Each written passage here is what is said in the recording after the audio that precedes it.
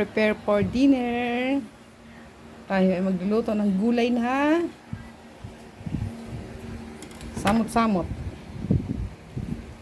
Kalabasa, sitaw, kamote, sibuyas, luya, kamatis, at may isang tilapia. Yan po ang pagkain ng nag-iisa lang.